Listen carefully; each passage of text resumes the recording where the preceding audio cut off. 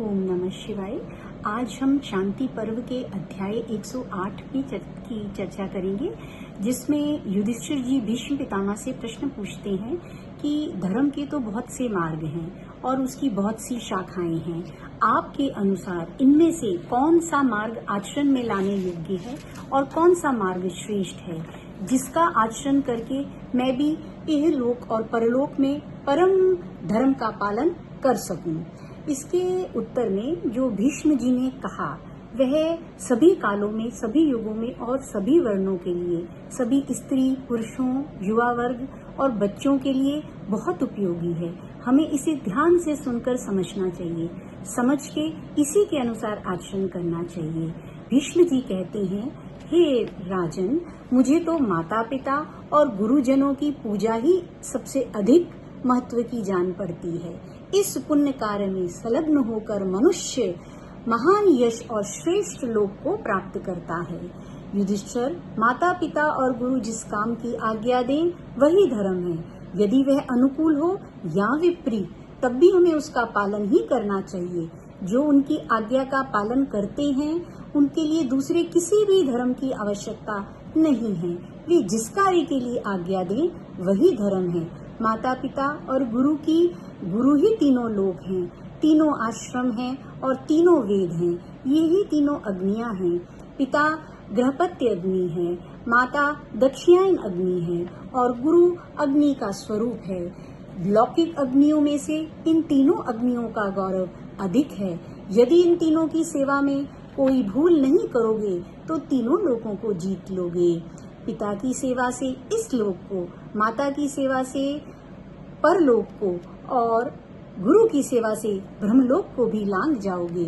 इससे तुम्हें यश, कीर्ति और फल देने वाले धर्म की प्राप्ति होगी। इन तीनों की आज्ञा का कभी भी उल्लंघन न करें। इनको भोजन कराने के बाद ही भोजन करें। इन पर कभी भी कोई दोषारोपण न करें और सदा इनकी सेवा में ही संलग्न रहें। युधिष्ठिर, जिसने इन तीनों का अपमान ही किया है उसके लिए न तो यह लोक सुखद है और न तो परलोक, और परलोक में भी जो अन्य कल्याणकारी सुख की प्राप्ति बतलाई गई है वह भी उसके लिए सुलभ नहीं है। मैं आचार्य 100 श्रोत्रियों से बढ़कर है, विद्या गुरु 10 आचार्यों से अधिक है और पिता 10 आचार्यों से अधिक और माता 10 पिताओं से भी अधिक है। माता अकेली ही अपने गौरव से सारी पृथ्वी को तिरस्कृत कर देती है। युधिष्ठिर, मैं तो ऐसा मानता हूँ कि गुरु, माता पिता तो इस शरीर को जन्म देते हैं, लेकिन गुरु उपदेश देकर जो पुनर्जन्म देते हैं वह अजर और अमर है। माता पिता यदि कोई अपराध करें तो भी वे सदा अवध्य हैं, क्योंकि यदि पुत्र या शिष्य कोई अपराध करता है, गलती करता है, तो वो उस माता पिता की और गुरु की दृष्टि में उस दूषित नहीं होता। वे उस पर दोषारोपण नहीं करते, बल्कि हमेशा धर्म के मार्ग पर ले जाने का ही प्रयास करते हैं।